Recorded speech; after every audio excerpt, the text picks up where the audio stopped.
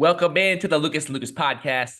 Lucas Frankel alongside Mike Lucas on a beautiful Wednesday afternoon in January as we get set for Wild Card Weekend. But Mike, there is a very disturbing trend going on right now, especially in the NBA, where anytime a player gets hurt, every single team sends out a release that says a player will be reevaluated in 2 weeks. I don't know where this started. I don't know why this is happening. It drives me absolutely insane because you know what, Mike? Those players never miss 2 weeks. Anytime you see that from a team, will be reevaluated in 2 weeks, triple the amount of time they will actually miss. It is absurd. Why can't they just tell us they expected to miss 6 to 8 weeks? Why is that so hard? Why do they have to say reevaluated in 2 weeks? My blood is boiling over this. What's funny is when they say we will reevaluate player X in 2 weeks, it's one of the few times a team is actually telling you the truth. Like they will actually reevaluate some player. No. But it's the most it's not the truth. It is the most useless truth ever. It's the most useless truth, but it is the truth. And it is fun. And I'm laughing at I would rather teams, general managers, front office personnel, people in general, just be transparent. Like, don't beat around the bush. Just be honest. If there's bad news, whatever. But just be open and honest about it. And the fact that this is the one time where they probably are being 100% transparent. Now, could they also say we'll reevaluate him in 6 weeks? Yeah. But they are reevaluating him in 2 weeks, Frank. They're being honest. It's one of the few times they're being honest. How do you know? How do you know they're being reevaluated in 2 weeks? You have no idea. I know. I do know. You know why? Because they reevaluate those guys every single day. So it's all right. So it's wrong. So it's a lie. It's a day-to-day reevaluation. No, but they're going to say in 2 weeks we're going to reevaluate him. They definitely are going to reevaluate. They're also going to reevaluate him today, tomorrow, the next day. Like they're not lying. It's just a terrible job presenting the truth. I remember, I know this all goes back to Ben Simmons. Ben Simmons got hurt, hasn't played since November 6th. And I believe shortly after that, the Nets had been reevaluated in 2 weeks. Well, here we are, over 2 months later, and the reevaluated in 2 week updates have stopped. It's now we're just we have no idea what the hell is going on. He's a different story. He's a different story. But Tyrese Halliburton reevaluated in 2 weeks. It feels like it's a never-ending list of anytime a player gets hurt in the NBA, it's reevaluated in 2 weeks. And can I give you a little insight on injuries though, real quick, Frank, in all honesty? So with Halliburton, for example, a hamstring, which he strained, essentially, and I've strained a hamstring and I never played at the NBA, but I do know how these things work from a collegiate basketball level. When they say reevaluate in 2 weeks, at least with a hamstring, a soft tissue injury. Now, different for each one. It's not one apple fits all, but for at least a soft tissue injury, what they recommend is you essentially don't move it. The best thing you can do is not move it, and then we'll see where you're at in 2 weeks. Whether it's I don't give a crap about. I don't. Hang on. I know you don't care, but I'm telling you that is what, for Halliburton in particular, we'll reevaluate in 2 weeks. It is Tyrese, go sit on your couch and don't move for 2 weeks, essentially, and then we're gonna come back and see if your hamstring is close to being back.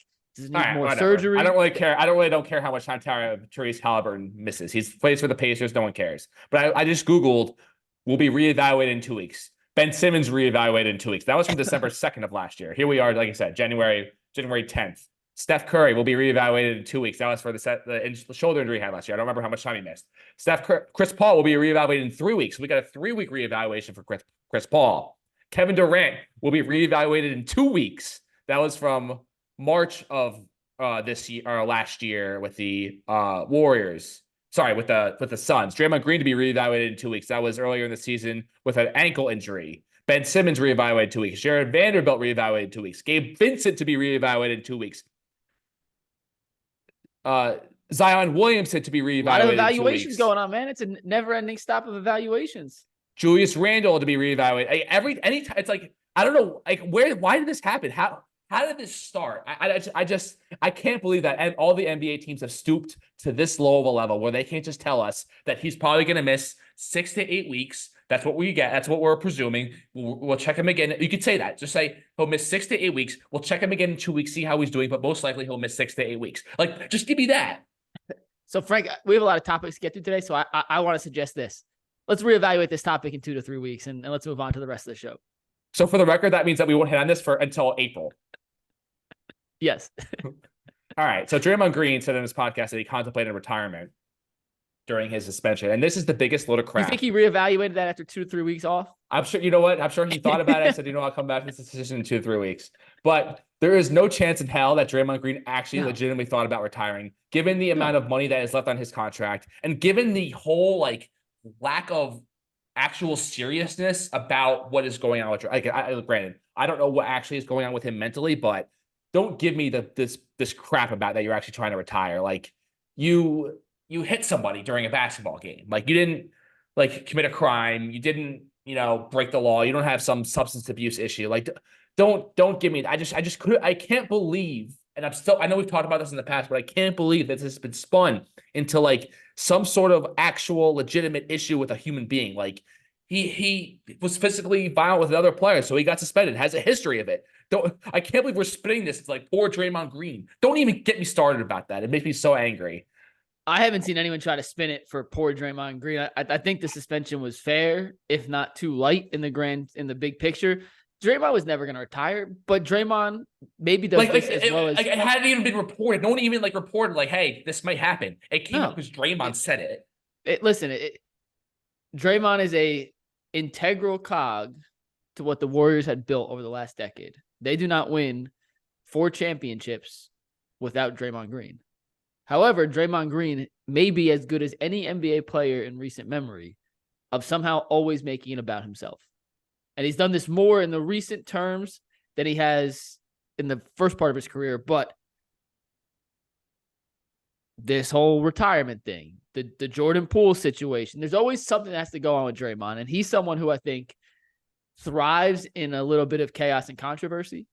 And when everything's just going smooth, he's like, I'm not having fun. I need to spice it up. So what does he do? Well, I haven't played in 3 weeks or whatever it was. He missed 12 games. I haven't played in a month. Okay, how do I get the attention back? Let me say I'm going to retire. And now every NBA show, pregame show, Twitter account has to talk about the fact that was Draymond going to retire? And now we're all talking about Draymond Green after a month of not talking about him. And it changes the narrative from the last conversation we had about Draymond Green, which is this dude just punched somebody on a basketball court too. Well, is he going to retire? Is he a Hall of Famer? It just changes the conversation on Draymond. He does a better job than anybody. And I shouldn't have said making about himself. That was the wrong term to use. He does a great job of making sure the conversation people are having about him are the conversations he wants them to have, not whatever actually is happening in the moment. Whether Draymond retires or not is nowhere near the same caliber size of story as him punching Jusuf Nurkic in the face with an open hand, whatever, and trying to say that it was an accident. Like, it was very evident that it was intentional. But by saying he almost retired, now we're all talking about Draymond Green. Will he retire? What impact does that have? Is he a Hall of Famer? I'm not. First of all, I'm not. I don't know who we is because it's certainly not me. And second of all, Draymond Green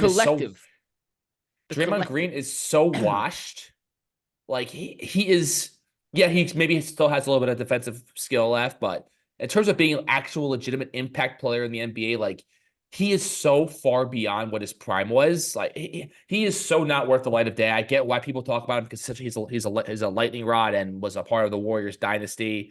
But man, I'm just so sick of Draymond, and I haven't gotten over the fact that he actually spun this to like I'm actually considering retiring. Like I've seen a lot of players deal with some stuff, but anyway, master spin zones.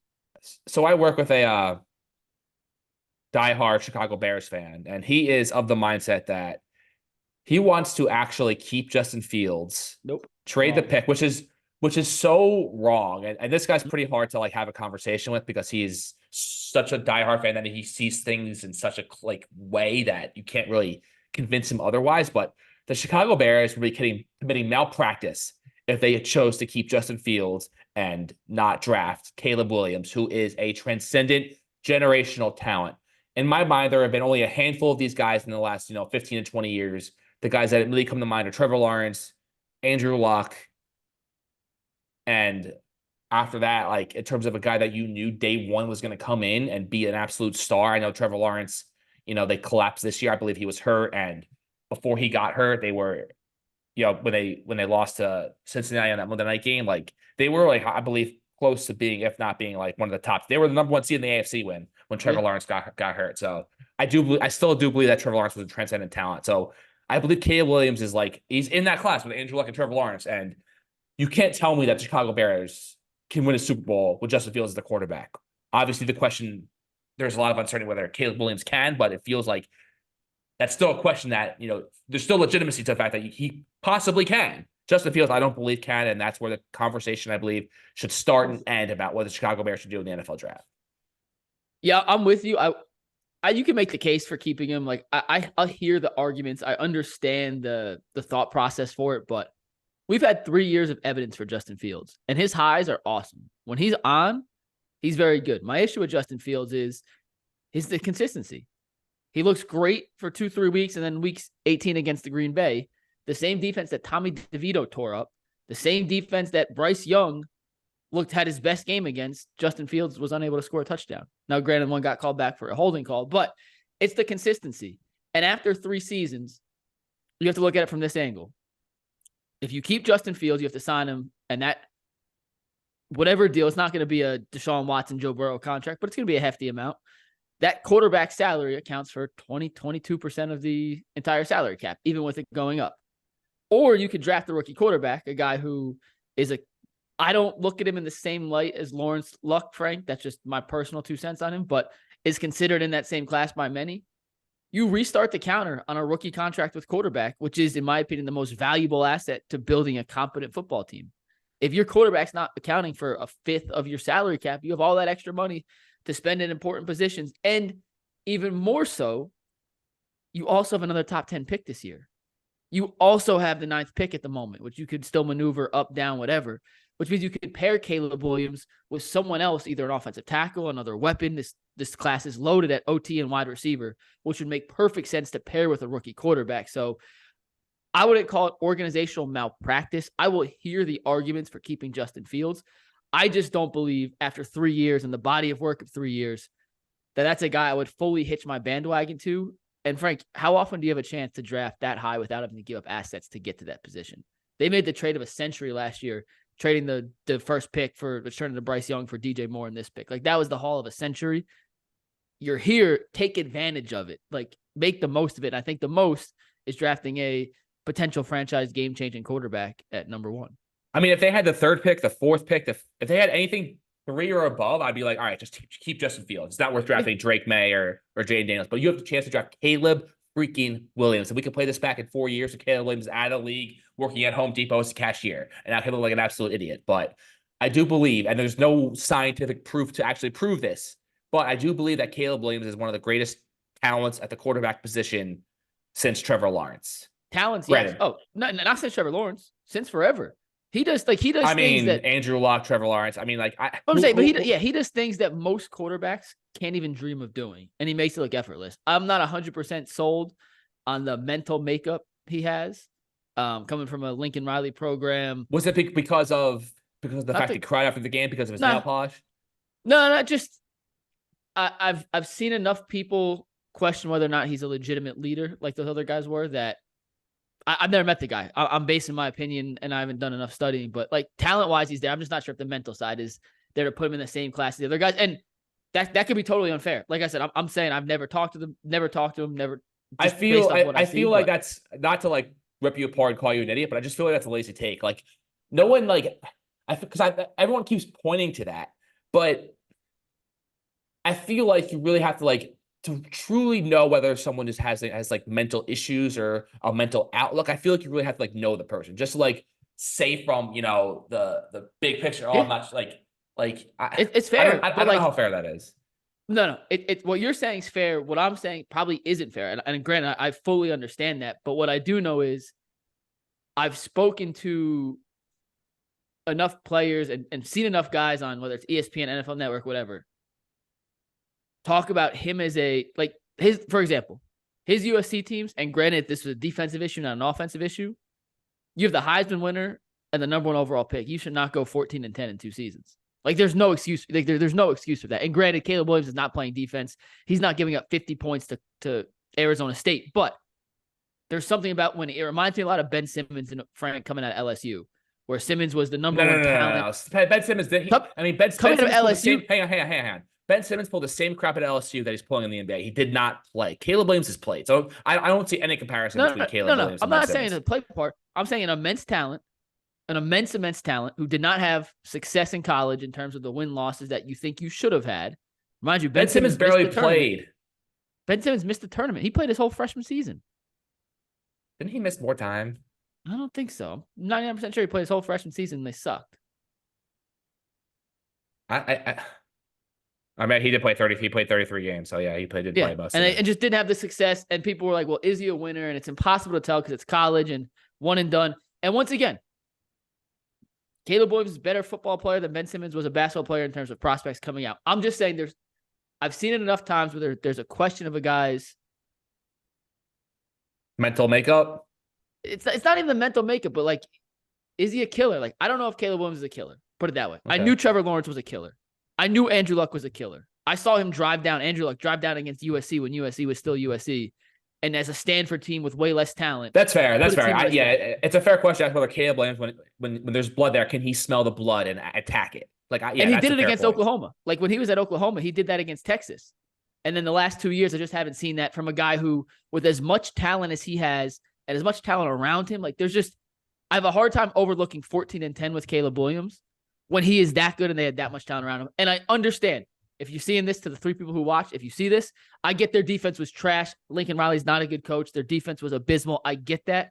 I just have a hard time looking at 14-10 and a guy who's that freaking talented and thinking he's a great leader. Maybe that's not fair. Maybe it's not. I truly believe that USC's roster was extremely, extremely flawed. And maybe if they would have had, an average quarterback, if J.J. McCarthy was the quarterback of USC, do they even make a bowl game? I think they barely made it with Caleb Williams. They were 7-5. Those are fair questions. Caleb Williams versus top 25 ranked teams in his career, 13 total games, 38 touchdowns, 8 interceptions, 293 passing yards per game. So, yeah, you ask me, that's pretty freaking good. Yeah, I said talent-wise, no question. Talent-wise, no. Obviously, you would have liked to seen him and USC. They were a highly ranked team earlier in the year, then really struggled down the stretch. But you would have liked to seen them. Obviously have a much better record and be competing for a New Year's Six Bowl, if not the college football playoff, which were their expectations going into the season, but did not end up going to fruition. In the NFL, a couple hours ago, as we're taping this, Pete Carroll let go by the Seattle Seahawks, may stay on as a front office person of some sort.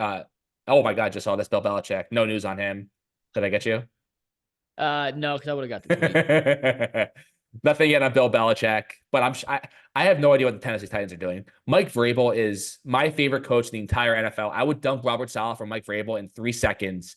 It would never happen because I don't know what the Titans are doing. I don't know who they expect to get that would be better than Vrabel. I understand that the Titans' last 2 years have not done well. They've finished under 500 and missed the playoffs both years, but they've had major issues at the quarterback position. They're trying to if you don't have a quarterback, you only have a chance. Look at Bill Belichick. No quarterback, no chance. Mike Vrabel, no legitimate quarterback, not much of a chance. So, who are they getting that they're going to put in there that's going to give them just as good of a chance or a better chance than Vrabel? I don't see it in the league. Vrabel is.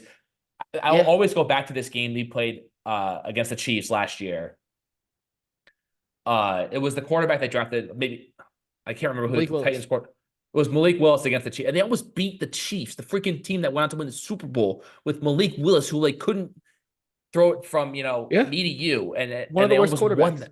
One of the worst played quarterback games in the history of the league, probably. And he almost went out there and beat Patrick freaking Mahomes. That told me all I need to know about Vrabel.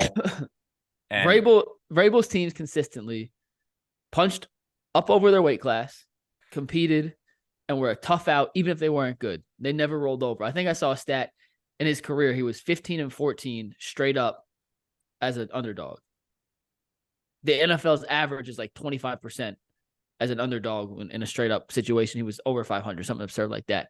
I read, and once again, just an article I read, that there was dissension between the owner, the GM, and the coach, where Ron Carthon, Carthon, Carthon, however you pronounce his last name, did not see eye to eye with Vrabel on certain roster building decisions, and essentially, whatever. There's a lot of inside over crap Vrabel. That goes into it. But I just don't get how any owner could choose an unproven GM after one season over a coach who had consistently, and I do mean literally consistently, outside of these 2 years, was a number 1 seed in the AFC 3 years. A guy who's been proven a winner with less than ideal circumstances time after time. For a GM who just got there, who, if they didn't work well together, well, get a new GM. You don't fire Vrabel. He's And, gonna be a and, hot. and, He's gonna be a hot. and you know commodity. Vrabel's gonna. I mean, but assuming the Patriots do get rid of Belichick, like you know Vrabel's going there, and that makes me so Yeah, angry yeah. because at this stage of the game, Vrabel's like he's the guy you want leading your team. So I Yeah. hope that doesn't happen because then I It's just gonna know happen. this whole thing was fixed and Gonna happen. like it just makes me crazy. Anyway, the Cleveland Browns are Playoffs, going to the baby. playoffs. Mike, what would obviously like hindsight being 20, what if I would have told you in January that in September that like start of the season, everything Browns just destroyed the Bengals week 1 of the season. Joe Flacco in week 18 will be being rested by the Browns because they need to prepare. They don't want him to get hurt for the playoffs, and he'll be starting a playoff game for the Cleveland Browns. What would the reaction have been in Cleveland? It there would be no reaction because it'd be like he's not even on the team. Like why? We don't have we have 3 quarterbacks. What would have to happen for Joe Flacco to end up on this team? No, listen, the whole Brown story this season is absurdly crazy. They've played 5 quarterbacks, 4 different quarterbacks won. The only reason Joe Flacco, like people don't realize this, they've signed Joe. So Deshaun gets hurt and DTR is the backup, and they have PJ Walker. Now PJ Walker started before DTR got his second shot to start and was the worst statistical quarterback the NFL had seen in the last 35 years. He was abysmal. He had 7 turnovers to 1 touchdown in 3 games. It was an absolute travesty. And Kevin Stefanski's like, all right, we need something different. So they have DTR. They released PJ Walker. They signed Joe Flacco. DTR gets the start against Pittsburgh and beats Pittsburgh. DTR is the only quarterback, rookie, Dorian Thompson-Robinson, the only quarterback of all the AFC North quarterbacks to beat the Pittsburgh Steelers this year. Beats them 13-10. Doesn't look great. And it's like, what does he got? What does he got? Well, fast forward to the Denver game, which is the next week. He starts balling. I mean, they lost that game and it got ugly in the fourth quarter, but it was a 21-14 game before he got concussed, or 21-13, whatever. It was a 1-score game before he gets concussed. The only reason we get Joe Flacco is because DTR got concussed against Denver. It took an incredible series of events to happen. Watson gets hurt. DTR stinks. We go to PJ Walker. PJ Walker's atrocious. We go back to DTR. DTR starting to play well. He just made this best throw of his professional career, the drive before he got knocked out. And then it's a late hit, 15-yard roughing the passer flag, a dirty play, frankly, by Browning. I forget his first name, Baron Browning or whatever Browning. And there we get Joe Flacco. And Joe Flacco, for the first time in his career, throws 4 straight games of 300 yards and 2 touchdowns. He's just the fourth quarterback ever, Frankel, to throw for 1,600 yards and 13 touchdowns in the same calendar month, joining Patrick Mahomes, Peyton Manning, and Jim Kelly. It makes no sense. There's no logical reason to it. And if he plays at the level he's been playing at, the Browns go in the Super Bowl. He also could lay a giant effing egg on Sunday or Saturday, and they could lose to the Houston Texans. If Flacco can, put together a month here of continue what he's been doing and stay consistent for the next month, which he's got to have it done in him. Like this would just the probability of him just, staying hot like this, not getting hurt, and just playing incredible, elite level football for the next month. I just find that so hard to believe. I also believe that so many people are on the Browns bandwagon right now. Like people have them like it's the second highest rated team in the AFC. I know. And I just feel like no one is giving the Texans any. Not that the Texans are going to win the game, but I just feel like the Texans are being written off so fast here. Like I was talking to a Browns fan at work, like they're already on to who they play in the next round. They're already on to Baltimore. Like in their minds, they're already in Baltimore playing the Ravens. Like the level of just overconfidence right now, I'm hearing and sensing. It's like, all right, like anytime like a fan base or a team like has that sort of floating around them, I just feel like they're doomed to fail. And for your sake and for the city of Cleveland's sake, I hope I'm wrong, but like Joe Flacco is due to have a dud here. I know the Browns defense is like good enough to keep them in any game when that's a silver line you can hang your hat on, and obviously have a solid playmakers on offense and a solid running game, but it just feels all too good to be true. Yeah, I mean, listen, Houston and Cleveland played in week 16. It was no CJ Stroud, no Will Anderson. Jonathan Greener got hurt in the first quarter. And the Browns were up 36-7, called off the dogs. Amari Cooper went off for 265, the single season record this year. And it wasn't a game, but that was Case Keenum. And I have a feeling, and my gut sense being in Cleveland is people just think, oh, we dog walked them 3 weeks ago. We're going to do the same. And I'm skeptical considering that team resembles absolutely nothing of the Houston Texans team that they'll be facing this week. And you take CJ Stroud out of the equation. CJ Stroud to Case Keenum is a massive drop off. You take your two best pass rushers off, and yeah, Joe Flacco's going to have all day to throw. So I still think the Browns win this game. I will pick Cleveland to win this game. I don't feel great about it. We did on Friday before last week, Frank. We did, which AFC South team do you least want the Browns to see in the postseason? And it was unanimous across the board, Houston, because of CJ Stroud. And CJ's won a couple of games by himself this year.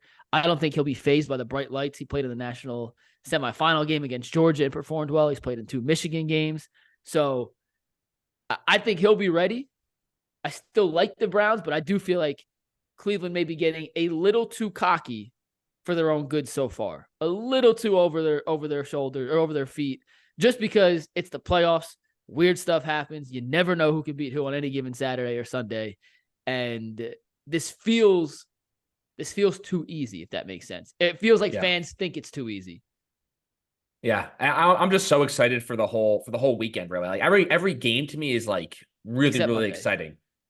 Except Monday. Everyone's hating on the Monday game. Like, I hate watching Philadelphia play football right now. Yeah, but like the Eagles storyline of like them collapsing like this is like, to me, is like very intriguing. I love like the drama of what's going on with the Eagles. Like Nick Sirianni, the players hate Sirianni, AJ Brown's like holding players only meetings. Like, it's a very interesting storyline to me. And the Buccaneers obviously aren't that exciting, but just seeing like this Eagles team and their whole everything about them as being the Super Bowl contender year in and year out. It's like hanging in the balance. Like if they lose this game, like I think Sirianni is going to be fired. Who knows what they're going to do with Jalen Hurts? Like everything is up in the air right now for the Philadelphia Eagles, and I'm excited to see how it plays out. So that's what drives me into it. The hate the Monday game is getting, I think, is so ridiculous because it's the Philadelphia Eagles, defending NFC champions who have collapsed. Can they get it back together? Going up, I just don't enjoy watching either of those teams play football. If the storylines are there, I get the storylines. I just think the Buccaneers and the Eagles right now play disgusting football, and I'll watch every second of it. I'm just not looking forward to it from a like visual standpoint. Does that make sense? Whatever. I mean, I get that like the Buccaneers offense has really struggled of late, and that could end up being an ugly game. But I'm also really excited for Miami, Kansas City, because Miami, I think this is an absolute gift for the Chiefs. Miami is going like this. Like I believe me, I sold all my Kansas City Chiefs stock. Like I do not think that they're a good team at all. I'll be shocked if they won the Super Bowl. But the Dolphins are reeling right now. Waddle's hurt. Mostert is hurt. They lost Bradley Chubb for the year. Like they are losing guys left and right. The choice of teams that have the least amount of mojo going to the playoffs is the Philadelphia Eagles and the Miami Dolphins. And this is an absolute gift, given that the fact that the Dolphins had to play a Sunday night game. Now they're going to frigid Kansas City on short rest, like Tua in the cold. Like this is all the makings of the Chiefs somehow, some way getting by this game and setting up a matchup with the 2 seed in the AFC next week, which would be Buffalo. Which should be the Bills, and anytime Josh Allen plays Patrick, I mean, I think the Bills they're my pick to go in the AFC to go to the Super Bowl. But granted, Josh Allen can throw a sticker every now and again, and who's to say he won't do that against the Chiefs? So like the Chiefs could easily, like, because of this matchup, I believe any other matchup they would have had, they would have been doomed to lose. But this one, I love Kansas City here. I think Miami is torpedoing down. That's the last point I got to make because I got to run. All right. So you have the floor. You have the floor if you want to respond to any of that. You have the floor for a second. Yeah, listen, Miami in freezing cold temperatures with all the injuries, I can't see that going well. I think Pittsburgh's going to give Buffalo a fight. I think everyone's writing Pittsburgh off. I can't see them winning, but I definitely expect them to cover. I don't give a crap about the Philadelphia-Tampa game. I do think Detroit is on upset alert. I could see Matt Stafford going to Detroit and knocking off the Lions. I'm also stoked for that. That game's going to be awesome. Yeah, the story, like that's a game with the storylines on top of the good football. Like I'm all for Frank, but the Eagles won, whatever. The Chiefs are going to find their way in the AFC Championship game. I have a feeling it's inevitable. And somehow this terrible Chiefs team, Frank, has a chance to be playing as one of the 4 last teams and go to the Super Bowl. And no matter how much we want to kill them, if you have Patrick Mahomes in the playoffs and Andy Reid, something good's going to happen. And I hope I'm wrong because that means the Browns won't be there. But I also just have a hard time gambling against that. And last thing on the playoffs, Frank, last thing. I am so excited to watch like just 20 hours of football this week. Oh, It's gonna be awesome. I'm working Saturday, Sunday, Monday, so I'll be dialed into all of it, and I can't honestly. I'm very excited. But that will do it for this edition of the Lucas Lucas podcast. Wait, one more We'll thing. see One more you thing. all- One more thing. Congrats on your engagement. Oh, is our first podcast since then? Must Mhm. be. Yeah, I'm officially engaged. Very exciting. See you all next week.